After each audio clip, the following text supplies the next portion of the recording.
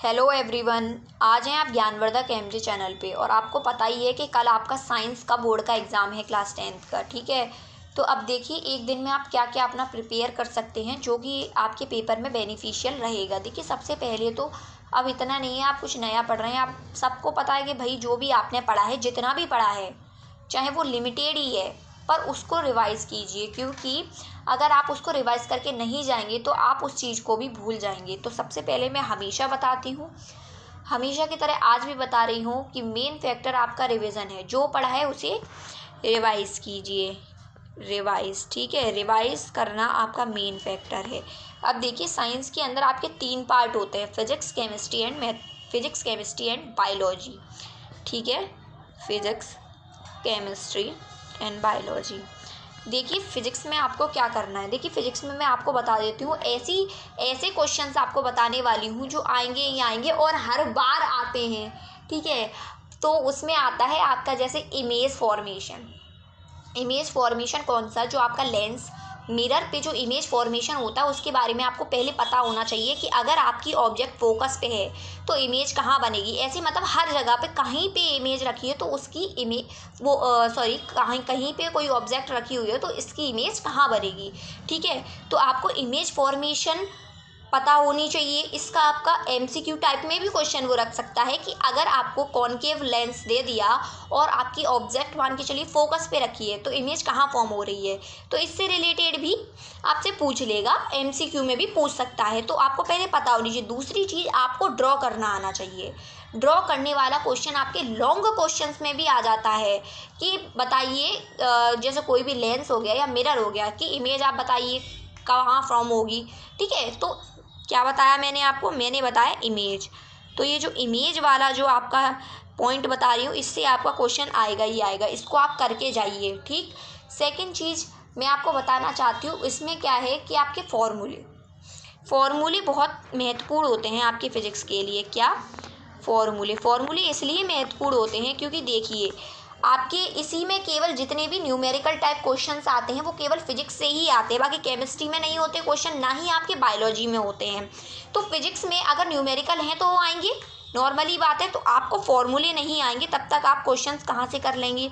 तो सारे फॉर्मूले आज ही नोटबुक बुक निकाल के सारे फॉर्मूले देखिए, उनको रिवाइज करिए, पढ़िए। अगर नहीं याद है तो याद कीजिए। आपका चैप्टर है जैसे इलेक्ट्रिसिटी है तो उससे रिलेटेड जितने भी फॉर्मूले हैं आपको आने चाहिए। अगर कोई क्वेश्चन आता है तो आप कैसे सॉल्व करवाएंगे, अगर आपको फॉर्मूला नहीं पता आप क्वेश्चन नहीं कर पाएंगे। तो फॉर्मूले आप आज भी लर्न करिए और कल जब पेपर देने जाए उससे पहले फॉर्मूले आप देख कर ही जाएं, वरना आप वहाँ पे भूल जाओगे। ठीक है, थर्ड चीज़ आपकी मैं बताती हूँ, डेरिवेशन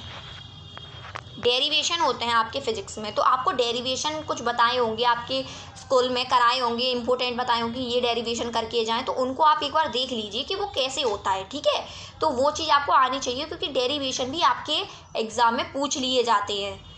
ठीक है, अगर आपको डेरिवेशन पूछ लिया, आपको आता ही नहीं है तो आपका वो रह जाएगा, तो वहाँ पे आपका लॉस हो जाएगा कुछ मार्क्स का। ठीक, तो आपको डेरिवेशन के बारे में आना चाहिए कि कैसे डेरिवेशन आप करेंगे। अब देखिए डेरिवेशन हो गया, आपका फॉर्मूला हो गया, इमेज हो गया, ये 3 जो मैंने आपको मेन बताए ये आते ही आते हैं फिजिक्स से रिलेटेड। और बाकी आपकी थ्योरी है, थ्योरी आप पढ़ के जाइए, जितनी थ्योरी देख लीजिए, जो टॉपिक है तो आपको पता होना चाहिए। ठीक, अब देखिए अब आते हैं हम केमिस्ट्री पे। केमिस्ट्री में क्या होती है हमारी, केमिस्ट्री में हमारी रिएक्शन। अब देखिए रिएक्शन जो होती हैं आपको केमिस्ट्री में ही देखने मिलती हैं, तो रिएक्शन आपको आनी चाहिए। रिएक्शन मतलब जैसे आपको दे दिया कोई एलिमेंट किसी में डिसॉल्व हो रहा है तो क्या कंपाउंड आपका मिलेगा, तो रिएक्शन आपको बैलेंस करने भी बताती हैं इसमें। ठीक है, तो आपको वो पता होनी चाहिए, यानी कि रिएक्शन आपकी जो भी है आपको पता होनी चाहिए। ठीक, रिएक्शन, क्योंकि रिएक्शन केमिस्ट्री में बहुत मेन फैक्टर है, रिएक्शन से बेस्ड क्वेश्चन आते ही आते हैं। बाकी आपके जितने भी टॉपिक हैं आप देखिए, टॉपिक सारे जो भी आपके टॉपिक्स हैं सारे देख कर जाइए। जैसे आपका मेटल नॉन मेटल हो गया तो उसमें उन दोनों की प्रॉपर्टीज़ जो है आपको पता होनी चाहिए, फिजिकल प्रॉपर्टीज़, केमिकल प्रॉपर्टीज़। ठीक है, तो ये सब आप लोग पता करके जाएंगे ना थोड़ा थोड़ा, तो आपका हो जाएगा। एसिड बेस, ठीक है, तो इनके बारे में भी आप देख लीजिए, पूरे चैप्टर को देखिए क्या क्या टॉपिक हैं, आप सारे पढ़ के जाइए।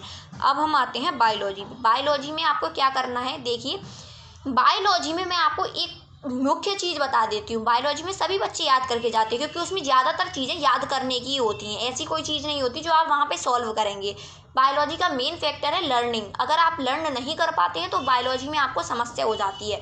तो लर्न आपको करके जाना है जितना भी। आई होप कि आप लोगों ने अभी तक लर्न कर ही लिया होगा, क्योंकि पेपर कल है तो भाई सभी ने याद कर लिया होगा। तो सबसे मेन मैं आपको बता देती हूँ, आपको लर्न होना चाहिए सारा कुछ। ठीक, अब देखिए लर्न तो ठीक है, अब वहाँ पे जब आप जाओगे और पेपर में आपको क्वेश्चन आया, आपको याद है, आप वहाँ पे लिख दिए, लेकिन अगर आपको अपनी जो प्रेजेंटेशन और अच्छी करनी है तो आपको साथ में डायग्राम बनाना होगा। जैसे हार्ट से रिलेटेड कोई क्वेश्चन आया तो आप वहाँ पर हार्ट का डायग्राम बना के आएँ।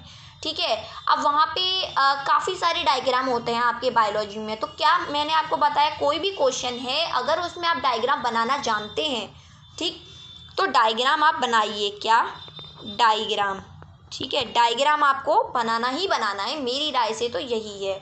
और डायग्राम में आपको इंडिकेट कर देने हैं जो भी पॉइंट है। किसी का भी आप डायग्राम बना रहे हैं तो आप इंडिकेट करिए कि ये पॉइंट क्या है, ये पॉइंट क्या है। जैसे आप जैसे आपका आई हो गया, ठीक है, अगर आप अपनी आँख का डायग्राम बना रहे हैं तो आप उसमें सारे पार्ट इंडिकेट करेंगे कि ये कॉर्निया है, ठीक है ना। और मतलब जो भी पार्ट रहते हैं आपको सारे कुछ क्या करने हैं, इंडिकेट। ठीक है, डायग्राम में क्या करना है, आपको पॉइंट इंडिकेट करने हैं। देखिए, तो आई होप कि आपको ये वीडियो पसंद आई होगी। अगर आप इन सारे पॉइंट को थोड़ा अच्छे से देख के जाते हैं तो आपके पेपर में अच्छे मार्क्स आ जाएंगे। और सब्सक्राइब माय चैनल ज्ञानवर्धक MJ, like share my videos.